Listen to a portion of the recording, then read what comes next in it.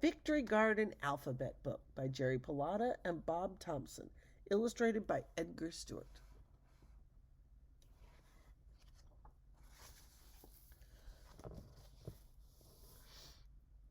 When planting a garden, the first thing we have to do is prepare the soil.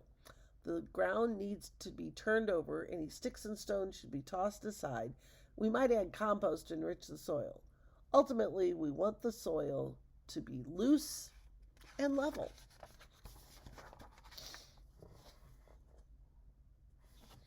A is for, here is a vegetable ready to harvest. A is for asparagus. We do not have to plant the asparagus because it is perennial. It stays in the ground and sprouts new shoots every year. Now it's time to plant the seeds in our garden. The seeds should be spaced properly and planted according to the directions on the seed packet. Nature will work its magic, and soon the seeds will grow into beautiful vegetables. B is for beets. This is a root vegetable. The beet greens that grow above the ground can also be eaten. Some people like the beet greens better than the beets. Worms and toads are good for your garden. Hey, a worm, wiggly your way to the W page where you belong. C is for carrot. Carrots are one of the few vegetables that are bright orange in color. Of course, people are not the only ones who love carrots.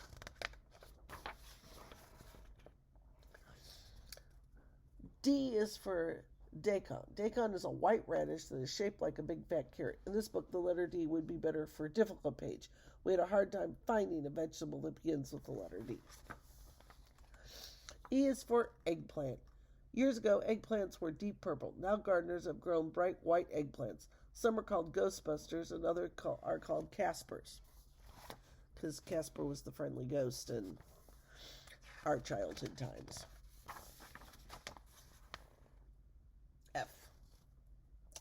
F is for fiddleheads. Fiddleheads are young ferns that are harvested before they uncurl. If you want fiddleheads in your garden, though, they would have to be transplanted from the wild. G is for green bean. Green beans have great nutritional value. That is why your parents make you eat them. A fun way to grow green beans is to let the bean vines climb up the legs of a teepee.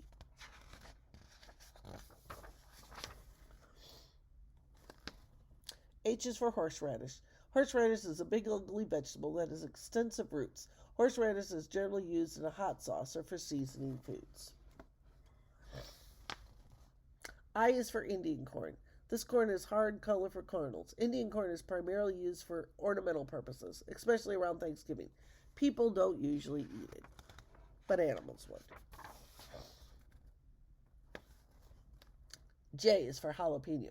You're in for a big surprise if you bite into a jalapeno pepper. This is a hot, hot, hot vegetable. Eating one will make your mouth and throat feel like they're on fire. Jalapenos can even make you cry. Be careful. K is for kohlrabi. Kohlrabi is more common in Europe than in North America. The many thick stems of this vegetable make it look like an alien spaceship with lots of antennae. L is for leek. Leeks are easy to grow and are naturally pest-free. Insects and animals do not like to eat them. Leeks can be harvested early when they are as small as your baby finger, or late in the year when they are as long as your arm. M. M is for munchkin. Munchkins are little tiny pumpkins that can fit in the palm of your hand. Giant mammoth pumpkins grow so large that you have to call someone with a forklift or a backhoe to pick them up.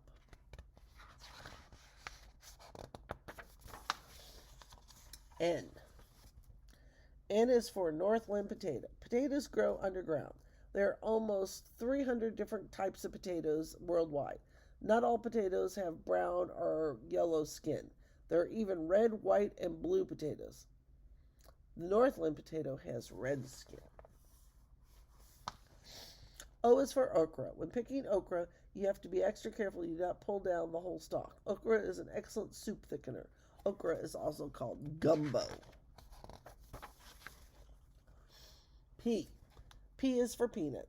Peanuts have an unusual way of growing. As the stem of the peanuts grow upward, some shoots downward and bury themselves. The peanuts actually grow underground. If we're going to have some peanuts in this book, we might as well have some popcorn. P is also for popcorn. Popcorn kernels are smaller than sweet corn that people eat. When popcorn kernels are dried, they still hold some moisture. If they're heated up, the moisture expands and pop, pop, pop. We have popcorn. Q is for quicksilver. Most corn is yellow, but quicksilver is the name of a silvery white sweet corn, and it's fun to play hide and go seek in the corn stalks. R is for radicchio. Radicchio is an Italian vegetable, like lettuce, but it's not green. Fancy restaurants often use radicchio as a decoration because of its unique color. The people who eat radicchio enjoy its slightly bitter taste. S. S is for snow peas. Snow peas grow well in the cool spring weather. Sometimes you might even see the rows of peas covered in snow. That is how they got their name. Snow peas seem perfectly happy after a snowstorm. T. T is for turnip. Turnips are one of the fastest growing root vegetables. One kind of a big turnip is called a rutabaga. Rutabaga is a funny name.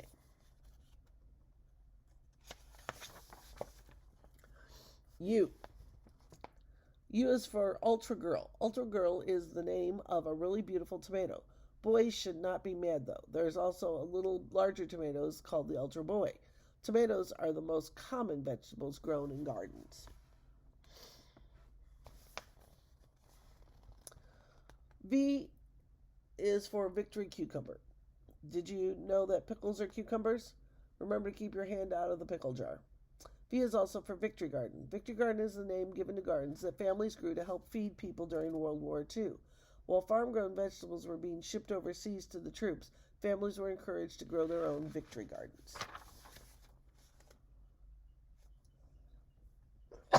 Excuse me. W is for Walla Walla. There are at least 3 special sweet onions. There's the Walla Walla from the Pacific Northwest, the Vidalia onion from Georgia, and the Maui from Hawaii. But even a sweet onion can bring a tear to your eye. X. X is for xeriscaping. Xeriscaping is the art of growing plants with hardly any water. This is a new word and a whole new type of outdoor landscaping and gardening that preserves our precious water. Y. Y is for yard-long bean. This bean can grow to be almost 36 inches long. You can use it for a belt. You can pretend it's a jump rope, or you can cook it and have a very long lunch. Woodchuck, would you go to the W page too? Z is for zucchetta. You may have to go through a zillion packages of seeds, but eventually you might find one seeds, a thin S-shaped vegetable called a zucchetta. A zucchetta is a little squash. Winter is coming, and now it's time to put the Victory Garden to bed. Good night, Victory Garden. The end.